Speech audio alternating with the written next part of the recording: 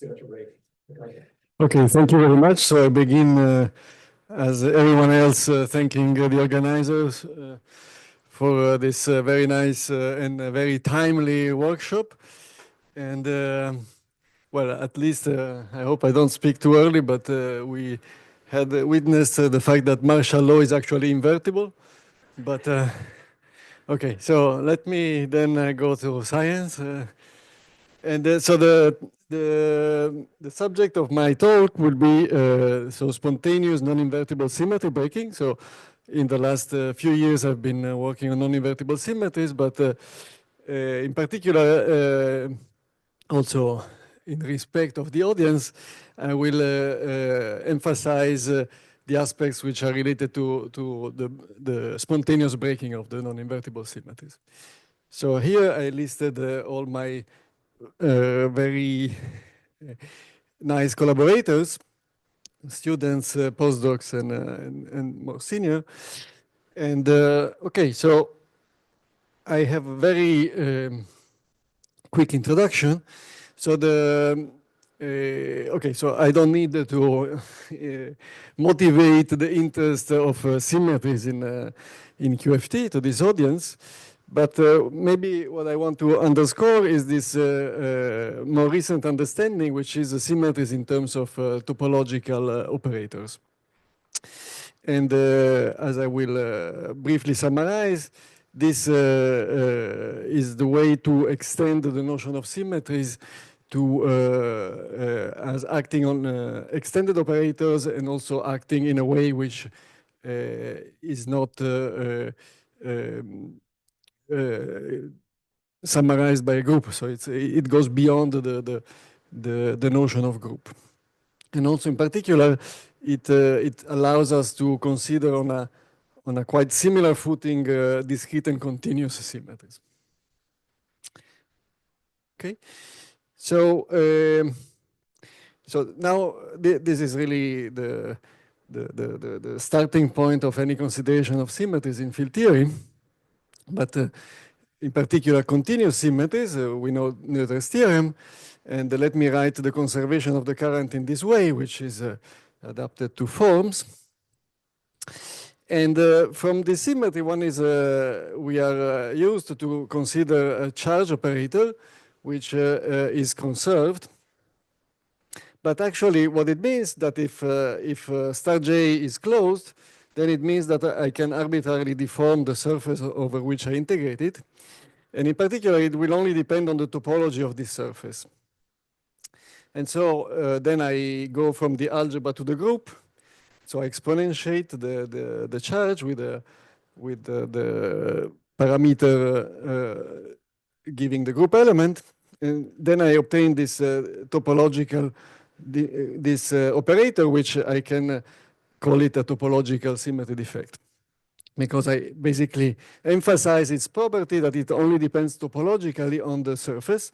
When I mean topological means that in particular, it will depend whether the surface encloses like a point where a local operator is inserted. When it does, so this is like the operator version of the very familiar word identity. So if this surface sigma encloses the X, then I can shrink it, and then the result is the phase, and this is gives me the representation of the local operator. There was a question. So D is space-time, yes. Okay, thank you. So D is space-time, yes. And most of the time I will be actually in 4 dimensions, but it's not particularly important. So yes, so what is important about these surfaces for usual symmetries is that they are codimension 1. Okay, then once I write the word identity in this way, actually I can generalize the word identity to also discrete groups. Okay, very easily, because here, if alpha takes only discrete values, then this word identity is still realized. Okay, so now for generalized symmetry, so actually, so here a very brief definition of higher form symmetries, though I will actually not really need them in the talk. So the higher form symmetries is just that instead of having like a codimension 1 operator acting on a point, here I can act on an extended operator, so an operator defined on a surface, p-dimensional surface. Then the defect has to be able to link it in order for this word identity here to make sense. Okay, but so in particular, what is interesting is that the group law will be represented by how I can fuse these defects together. Okay, so then so they have to fuse according to the group law. Okay, so but the interesting thing is that once we identified symmetry operators with topological defects, we can actually reverse the relation and say, okay, then all topological defects of the QFT are actually symmetry operators. Okay, good. So that, in some sense, it's good because we can have more symmetry defects in the theory to constrain the QFT. But once we do this, then we have to see, okay, all topological defects of the theory do not necessarily fuse according to a group law. They can fuse in a more general way, and that's not a big deal. We just have to enlarge the notion of symmetry from group-like to something more like, well, categorical. I will have nothing to do about it, nothing to say more specific about it, but just to know that the fusion law can be more general than a group. And in this case, these are called non-invertible because typically it means that there is not an inverse. Maybe can you wait for the microphone because Could you give like some maybe down to earth example, like how this is useful and what does it give you? Like that's the object of the rest of the talk, I guess. I'll come to it. I mean, the motivation is, okay, so in the sense that I will give you examples, and that's the object of the rest of the talk. But the usefulness is exactly what I said. If you have more symmetry defects, so more symmetries of the theory, then you will be able to constrain more the theory and predict more the properties of the theory. Okay, so the more symmetries, the better you are in order to, have more control on the theory. Thanks. So you are generically not going to assume that U is written as an integral of a local operator over the surface? Because, No. I mean, in the previous example, the integrated word identity is nice, but usually the local word identity is much stronger and more powerful, right? And presumably, if U was built out of something locally integrated, there would be a local word identity, but you will or will not assume this. Yes, no. So this is the most general word identity that I will use. And actually, I will try to convince you that that's the most we can do in the case of non-invertible symmetries. Going to the local one is where the things get tricky for the non-invertible symmetries. Okay. But I will have to go into the details because there is no. Actually, I will show that it depends on the model. So there is no general rule, let's say. Okay. Riccardo? And then also, when you have discrete symmetries, that's the only thing you can write. Okay, you cannot go to. You don't have a local current. And just since you have now enlarged it, is it clear that could there be much more enlargement that we still don't understand at this point, or is there some kind of, okay, this is the maximal kind of generalization of symmetry, or? Well, we maybe a little bit philosophical, but it feels like, okay, we have missed this for so long, if you like, or maybe not, but is there now, can we say, okay, yeah, now we understand it? So I think, for instance, this is, okay, so what I said, these are essentially internal symmetries, global internal symmetries. if you start mixing space-time, you might have to go beyond this paradigm. And we saw situations with the subsystem symmetries, like fractonic symmetries, where we had something which you can call symmetry and doesn't really exactly fit into this framework, okay? So that's, and I think that's interesting. That's why people are, are working on this, okay? Thank you. Okay. Very good. Okay, so now what about breaking the symmetries? So we will, as everyone loves in this room, we are going to break the symmetry spontaneously. So we're going to consider theories where these symmetries are broken spontaneously. And of course, so as I said, we can discuss higher form symmetries, but actually the spontaneous breaking of zero form symmetries and higher form symmetries is different. Basically, we're going to focus only on zero form symmetries because in this, for zero form symmetries, we know that even on space-times of trivial topology, they will lead to a degeneracy of vacua. Of course, provided we are above 2 space-time dimensions. And also, in the case of continuous symmetries, we will have Goldstone bosons or Nambu-Goldstone bosons. And in particular, in the case of continuous symmetries, so we have a current. And for usual symmetries, we expect the current to be linear in the field creating the Nambu-Goldstone boson. So this is what we know from invertible symmetries, usual group-like symmetries. The question is, what about these properties for non-invertible symmetries? Okay. Very good. So again, a brief reminder, what does it mean, non-invertible symmetries? It means that it cannot be, there is no inverse. So in particular, so they have some, they act at least on some states of the theory as projectors. So that's the most basic definition of non-invertible symmetries, that you can have. I will focus in the following on zero form non-invertible symmetries.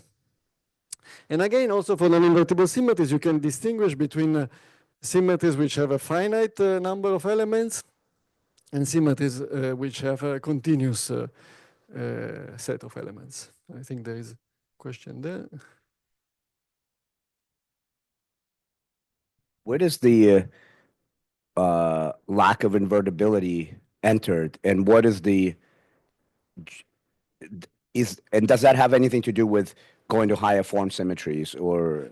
Well, it's often related, but it's not necessarily. Like It's not necessary. Like Kramers-Vanier duality is a symmetry at the self-dual point, and you don't need to go to higher form symmetries. But so in this case, for the moment, I'm going to enter in more details in the examples I will show, because there is not like a universal way in which a symmetry is non-invertible. At least that's my opinion. But in the previous slide where you talked about maybe one more. Yeah. No. So here I'm just saying that. So you will have like a fusion. I mean, for a group, if you fuse two defects, you have to find one defect. So typically, in non-invertible symmetries, you will get a sum of different defects, and a sum of defects, you might always interpret it. It always acts as a projector on some states of the theory, or some states or objects or higher form. But where are the defects here, like in that formula? Well, I haven't written it, but if I like fuse U alpha with U beta, I might have a sum of defects. I see. Of U's or of other symmetry defects of the theory. Okay. Okay. So the defects live on sigma? Is sigma the defect? Or? Yes. That's yes, what yes, you mean. yes. Okay. Yeah, if I fuse them, usually they have to live on the same surface. Yes. Okay. Thank you. I think there is another one.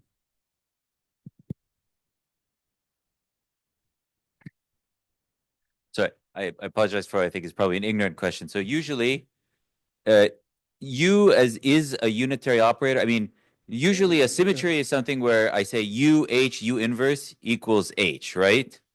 So does U inverse still exist, or no? is So that here it will commute with H, but there is no, so it's not unitary. So it goes beyond the Wigner. but it's still UH is HU. You can Yes, move yes, this through the yes, Hamiltonian, yes, and yes, that's the definition of it being yes, a symmetry. Okay, yes, thank you. yes.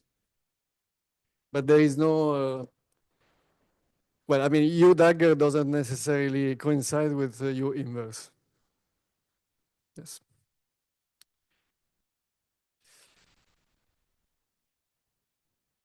Okay, so also, I mean, then we will see that even between among the continuous non-invertible symmetries, there will be different situations. So I will focus on the continuous ones because these are the ones which lead to Nambu-Goldstone bosons. But let me only in one slide flash what happens if we break spontaneously finite non-invertible symmetry. So if the non-invertible symmetry is of order n, when you break it spontaneously, you will have like a degeneracy of n different vacua. But for invertible symmetries, these n vacua are all equivalent. In the case of non-invertible symmetry, what happens is that typically they are not equivalent in the sense that the physics or properties of the vacua will differ. So I have a bunch of examples that maybe we don't need to go through all of them because I don't know how you are all familiar with supersymmetry, but this is a well-known theory. So superhermids with algebra SUN, n equal 1, has n vacua. This is the old result given by the Witten index.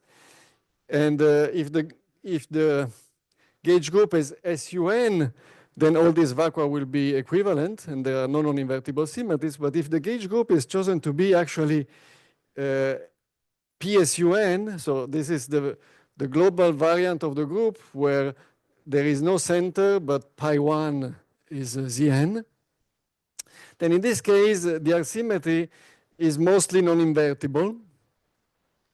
And as a result, it still has n-degenerate vacua, but in one of them, the one-form symmetry of the theory is broken, while in the others is unbroken. So you see that the properties are different. In some sense, one of the n minus one of the vacua are confining, and one is actually Higgs.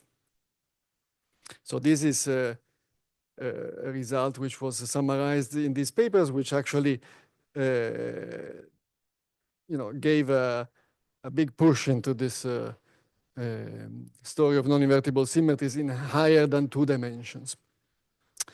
Okay, so then here I listed just another example. I will not go into the details because here you might say supersymmetry ensures the degeneracy.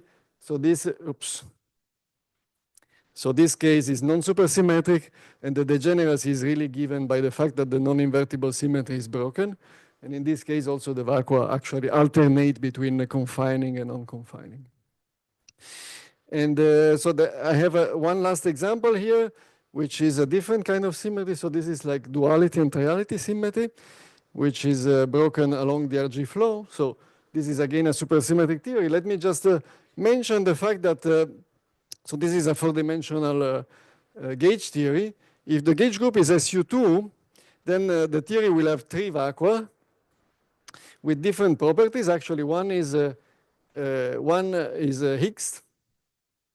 One has a trivial SPT and one has a non-trivial SPT. Actually, the structure of vacua here is exactly what appeared in the colloquium by Professor Oshikawa yesterday. And so you can have this mapping between the 3 vacua from the SPT to the trivial to the symmetry breaking one. So that's very nice. And I think actually the 2 models are related by compactification. I mean, at least at the level of the symmetries, of course. Okay, so let me go now to the core of the talk, which is about continuous non-invertible symmetries. So my first example is about one kind of non-invertible symmetries, of continuous symmetries which become non-invertible, which is considered like an axion, no? So like a Ng boson for a shift symmetry, but where this shift symmetry actually has a mixed anomaly, like an ABJ-like anomaly with a Maxwell field, so a dynamical Maxwell field. Okay, so this really participates. I'm sorry that I didn't write the Lagrange, and I sent the slides yesterday. I could have. Okay, anyway. So, but this is really is the usual axion coupling. So it's phi f wedge f, and this leads to, it's like a trivial way to see a system where there is an ABJ anomaly. So at the classical level, the axion is a Nambu-Goldstone boson, and so it is massless because it breaks the U1, its own shift symmetry. But the anomaly, so in this case, the axion coupling to the gauge field, actually breaks this U1 to, if it has a coefficient k, it will break it to zk.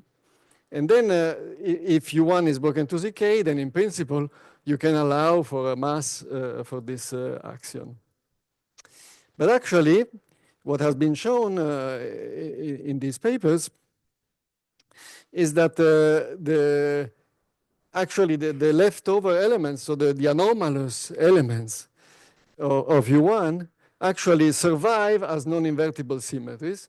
And these non-invertible symmetries actually preserve the masslessness of the axion. Okay, so let me go into more detail. So what happens is that, so how can we resuscitate the anomalous elements? So this would be the naive element in the theory without an anomaly. So star J5, J5 is basically d phi, where phi is the axion. So now in presence of an anomaly, this object is gauge invariant because phi doesn't have a gauge charge, but this star J5 is no longer 0 because there is the anomaly term.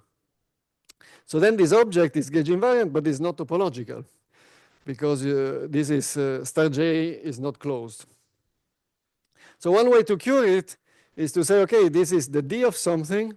So then I can just bring it to the left-hand side and write this object, which now is closed. So now this operator is topological. Fine. But then I introduce another problem, which is that, okay, so the term that I added is actually a Chern-Simons term on the defect.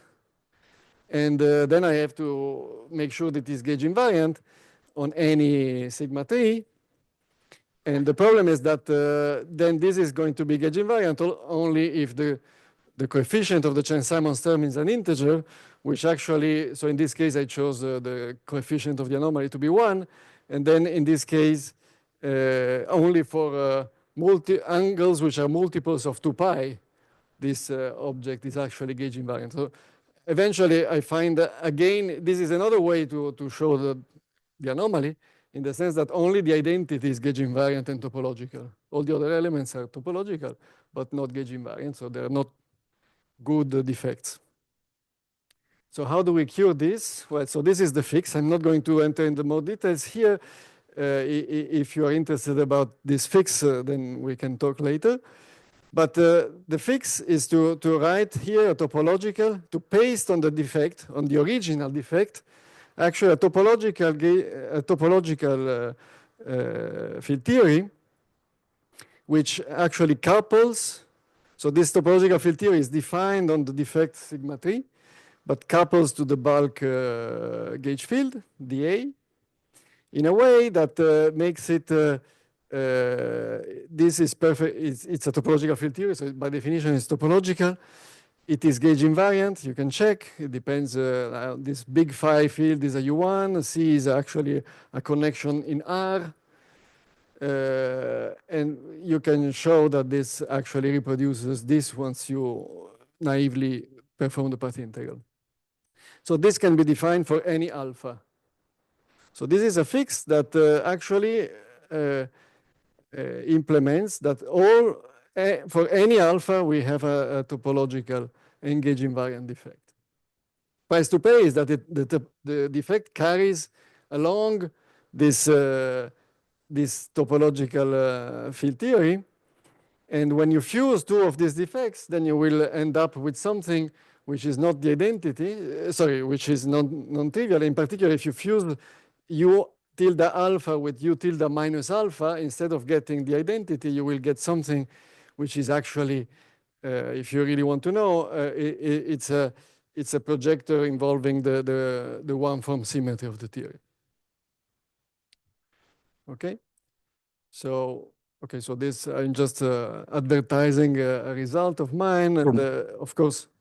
Yeah. So in your like TKT path, phi here is not a Lagrange multiplier, but yeah. But why you need to introduce this? Because if you introduce this, you rotate the C with the background gauge. So C is a R gauge field. Yeah. So then the Chern-Simons level of an R gauge field is immaterial. Okay. I could rescale C and leave it out. The fact is that the integral of dc is always 0. But my question is, two cycles. Yeah. Question is, what is the purpose of introduce a phi field here? Big phi field? Yeah, because it looks like Lagrange multiplier, right? Well, okay. There are subtleties, but so in this, if I don't want to introduce phi, then I will have some, I have a more complicated expression, which in particular is singular for alpha equal to 0. This way of presenting it allows me to have a very simple defect, which actually is regular when alpha goes to 0. We can talk later. It's a technicality. Thank you. But yeah, I mean, okay. So this is the fact is that these are these mixed BF theories where one field is in U1 and one in R, and you can always show that they are, well, okay. In many cases, they're equivalent to like a Chern-Simons theory with just one field in R. So it's basically equivalent.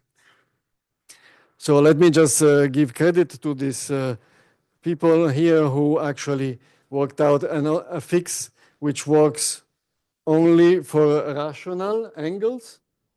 Excuse me. Can I finish? Well, okay. No, please. Please finish. No, please. Okay, thank you very much. So the C here, this CDC here looks still like a Chern-Simons term. So why can we have arbitrary alpha in this case? Because the field is in R.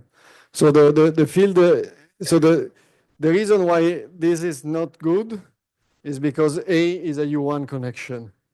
Oh, so the integral of dA is an integer times 2 pi, while C is a connection in R, and so the integral of dC is always 0. It's basically as if you were restricting to the 0 magnetic charge sector of usual. I see. So thank you very much.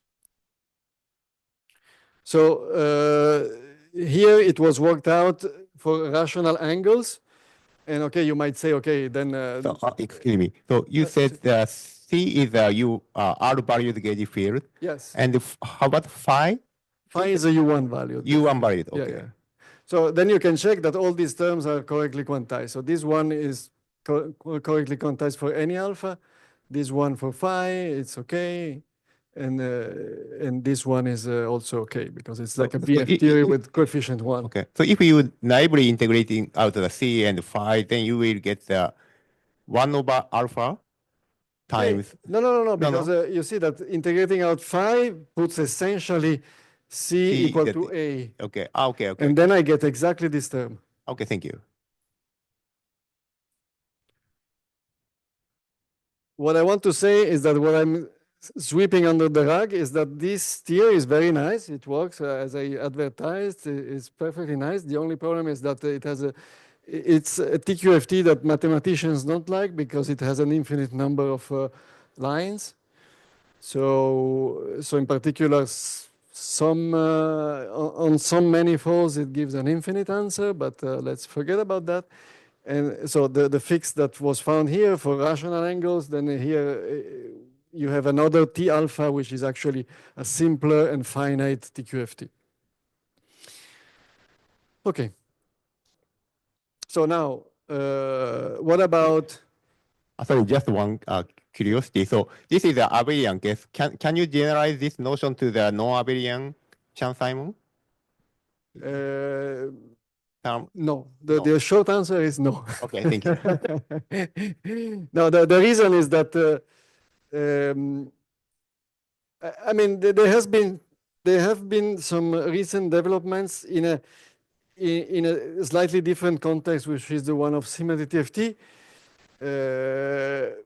involving non-abelian BF. But I would say that it's quite tricky. And here, I don't. There are. I mean, besides the fact that it's technically more difficult, I don't see how to solve. Also, I think there are reasons why you don't want a similar fix to happen for non-abelian gauge fields. It's related to what I was saying before about the degeneracy of vacua. If there was such a fix for non-abelian A, then you would find like basically R-symmetry would be continuous, which you don't expect because you know that there is a degeneracy, a finite degeneracy. Okay. I mean, so maybe before you proceed, like somehow I'm like missing the big picture. I know I like ordinary. It's a small picture. It's just this model. Okay, sorry. So then, we like symmetries because then we can, construct charges. We can go to experimentalists and they can like measure something. But somehow I don't see what's my like take-home message from this construction. Like I have this example, and then what? And then next slide. So let's see. I mean, I assume you like Goldstone bosons. So okay, so now we can say, I mean, now imagine that now I didn't start. Actually, I didn't write the Lagrange, and so actually assume that this is really a model. I will try to make it. This is really a model of the breaking of a global symmetry which has this IBJ anomaly. So can we derive the EFT from this structure? No? So then what we know is that the axion actually parametrizes an S1. So in this case, this is a case of non-invertible symmetry which has a degeneracy of vacua which is S1 and it's actually homogeneous. The reason is actually that this non-invertible symmetry acts invertibly on the axion, okay? It acts non-invertibly on the lines of the theory, but on the axion it acts invertibly, so the moduli space is still what you expect. But so, can we see this axion as a non-invertible Nambu-Goldstone boson? So in this paper by Iñaki and Nabil, they actually had a different fix. They also had this like a TQFT. Well, I'm not sure I agree 100% with what they did, but in any case, that was also a legitimate fix, let's say, for what they wanted to do. And in particular, they were able to prove some word identities. And so the word identities are exactly the ones like the integral word identity that I showed you. But from those, they could argue that there must be a massless mode in the theory. Good. Now the question is, but can we write something like this, local? So, and that's where I think, so I don't have much more than this to say, but I don't think the fix we found, like the way we made the charge, like topological engaged invariant, is not something that can be translated locally, because the fix was to paste a TQFT on the three-dimensional defect. But and the TQFT, moreover, depends on alpha, on the angle of the translation of the rotation or the shift. And so this cannot be. It cannot be a property of the generator of the shift. Okay, because the generator is independent on the angle. Okay, so for these two reasons, there is no way to write. There is not a simple way, at least I haven't devised yet, and no one else, I think, devised a way to find like a local version of the non-invertible current. Okay, so okay, let's go to the next. In the 4 minutes that I have left, I will actually consider the main model, which is a different kind of a different way to make non-invertible shift symmetry. Sorry, is, Riccardo. yeah. You promised to resolve Piotr's question on this slide, the one before. Can you maybe just summarize it again? Because in which sense is this now the new situation, which is better than before we had this non-invertible? No. So I'm not saying just it's to better. take my message again. That the non-invertible symmetry can tell us that the axion is going to stay massless. Okay, which is I mean, okay. But what I can't say, at least right now, is that okay. The really you see, I would like to do something that we can do for ordinary symmetries, which is to say, in abstract, saying I have a current, I know that it has these word identities, then I can write the current as d phi, where phi is the field creating the Nambu-Goldstone boson, an effective field, and then I can just write locally something like this. In this case, I cannot do it because the charge basically cannot go to the algebra. There is the problem with non-invertible symmetries is that I cannot do what I'm used to do in for a group like symmetries, which is to go from the group to the algebra. At least I don't know. I mean, maybe some experts might disagree, but that's at least what I for one don't know how to do. Okay. So yeah, I mean, it's a mixed answer then. Okay. Okay, then. Thanks. So let me try to go over in the couple of minutes left on this model. So this is really the official Goldstone model. Then we know that it parametrizes a circle when it's in the spontaneously breaking phase. But actually, this model has an additional symmetry, which is charge conjugation. And so the symmetry of the model is actually O2, not U1. But so then the question is, what about gauging the charge conjugation? So charge conjugation is a Z2 symmetry. I can gauge it. We know by now how to gauge discrete symmetries. I mean, this is nothing different than like what we are used to do for those who have a string theory background. They know how to do orbifolds.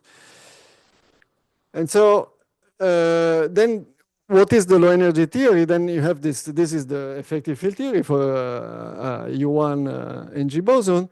And if you gauge this symmetry, then the vacuum manifold is no longer a circle, but is an orbifold. There's 1 over Z2. It's actually a segment, which has the particular property of not being homogeneous, because a segment has the regular points inside the segment and then the two singular points at the edges. And so the question that we wanted to ask is, can we distinguish what are going to be the properties of the Nambu-Goldstone bosons depending on where we are on this vacuum manifold? Okay, so now I don't know if I need to speed up or if I have a couple of minutes more to go through the okay, so let me go quickly here over these details. But what is important is that when you do the orbifold, you have to keep. So you start with like the operators of the ungauged theory, and then you have to basically retain those which are gauge invariant, and these are the sums. You see that, so this is gauge invariant because this one is mapped to this one under C and vice versa. So these are what we call the genuine operators, or the ones in the untwisted sector. And then those with a flip, well, these are mapped to each other. So this is mapped to itself up to a minus sign. So these are in the twisted sector. And they are non-genuine because we can see that they are attached to a line, which is a line actually of the Z2 gauge field that we introduced to gauge the symmetry.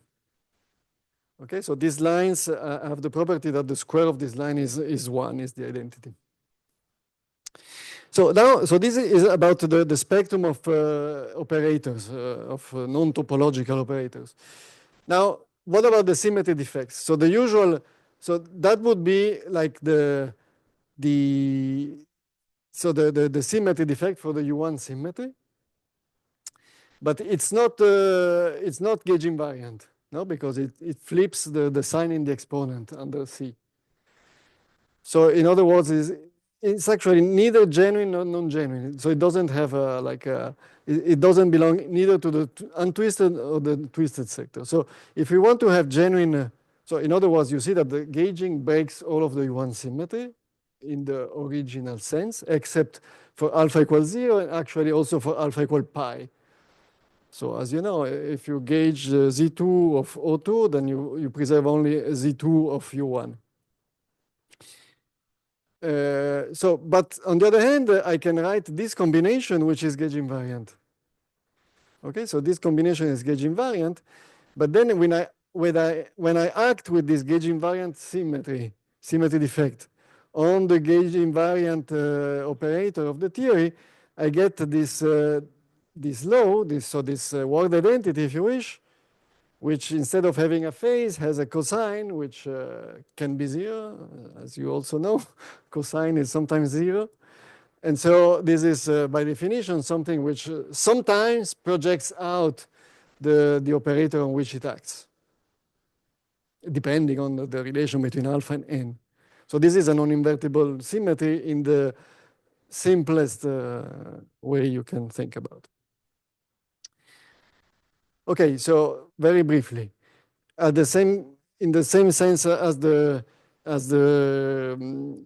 operators, also the vacua can be distinguished between untwisted vacua and twisted vacua. What happens is that the twisted vacua only belong to the, I can define them only for theta on regular points of the segment, while I have also untwisted vacua on the same points, but actually the edge, so the singular points of the segment are only untwisted vacua. And when we build states in the physical Hilbert space, so I mean the untwisted states, since basically I have to act with phi, which is twisted, because phi goes to minus phi, then you see that in the middle of the segment, I can act with a single particle, phi prime, on a twisted vacuum, and I get a single particle state. While at the singular points of the segment, my vacuum is only untwisted, and then in order to get a state in the untwisted sector, I need to act with 2 modes. So I only have 2 NG modes at the singular points. Okay, so this is the last technical slide. Let me say that these are 2 attempts.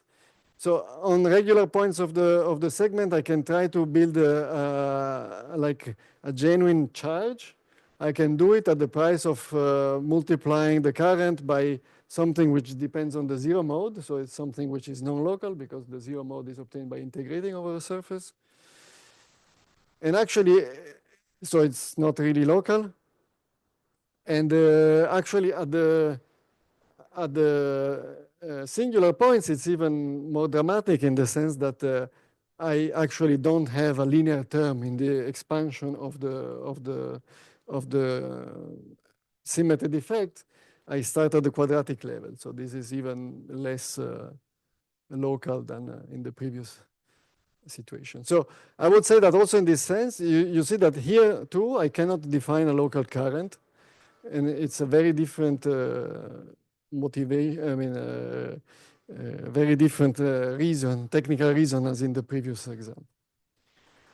Okay, so let me really conclude very briefly. So I tried to show that non-invertible symmetries, when you break them, zero-form non-invertible symmetries, they lead to vacuum degeneracy as the ordinary symmetries, but the physics in the different vacua can be actually different, like we saw in this last model or in the discrete case. And also that the Nambu-Goldstone bosons are there, but there is a difficulty in defining a local current that creates the NG bosons. Okay, so this is what's next. You can ask if you're interested. That's it.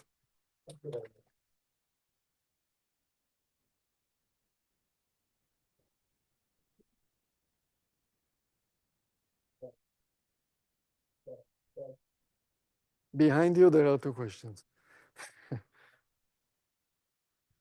Hi, thanks for the nice talk. So my question is, at least in the case of the discrete non-invertible symmetries or categorical, it is let me say, known that the order parameters for different phases appear something like a multiplex of mixing some local and string-like parameter operators. Well, does it happen in the case of continuous, or do you have an idea what this could happen in this? So in the case of in this situation here, no, the local, so it is really these, sorry, these are the order parameters. So these are just usual. Yes. You have like an infinite number of order parameters for any n, and in any point of the segment, including the singular ones, you can find some of these parameters which have a non-zero wave. Thanks for the talk. I have two quick questions. The Yeah. first is, so your theory was in 4D, Yeah. but you could do the same story in, for instance, 2D. Is there anything special for 4Ds that made you want to consider that? Sorry. So this one, this model is any dimension higher than 2, any space-time dimension higher than 2. In 2 dimensions, what I told here is non-existent. This is basically the orbifold that you learn in Ginsberg lectures. But since it's in 2D, it doesn't break the symmetry.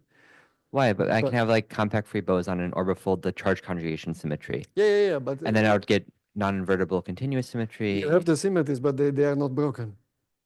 Oh, they're not spontaneously broken. Oh. Yeah, because they are in 2D. But you still have. Okay. But yeah, I agree. The story is perfectly valid also in 2D. Okay, thanks. But yeah, here, I mean, for the sake of simplicity, I stayed in 4D, but it's any dimension higher than 2 space-time. The other question I had was for continuous invertible symmetries, we know how to classify their symmetry breaking patterns. This is probably too hard to ask for a general continuous non-invertible symmetry. But for your specific continuous non-invertible symmetry, do you have any idea of how the different symmetry breaking patterns are labeled? Sorry, in which sense you mean? So because here I've been talking only about U1. So the symmetry breaking pattern of U1 is not very... Well, your non-invertible symmetry isn't U1, right? But like if you had like a true to God U1 symmetry, the symmetry breaking patterns... Sorry, the symmetry is not U1. The parameter takes value in a circle. So yeah. Okay, but if I had a true to God U1 symmetry, I know the symmetry breaking patterns are labeled by representations of U1. Yeah. Is there some part of like representations of some generalized tube algebra? Yeah, but do you understand the mathematical? No, I haven't studied that. We can talk. I don't know, but I mean, so the object of this last thing about the orbifold was precisely, I mean, to address at least in one example this question in one example. So the idea is that here the pattern, I mean, the vacuum manifold is an orbifold. Okay, so that's let's say the interesting thing, which is unusual in the ordinary symmetries, because in the ordinary symmetries it is always homogeneous. In this case, you have to. So in other words, the fact that you need the 2 Goldstone bosons at the singular points is because if you want to get out of the singular points, you have to, if you think about the orbifold, you have to get out in both directions at the same time. So that's one of the. All right, thanks. Right, so we can stay in schedule, please. let's take a break. Let's thank Riccardo once more. Thank you.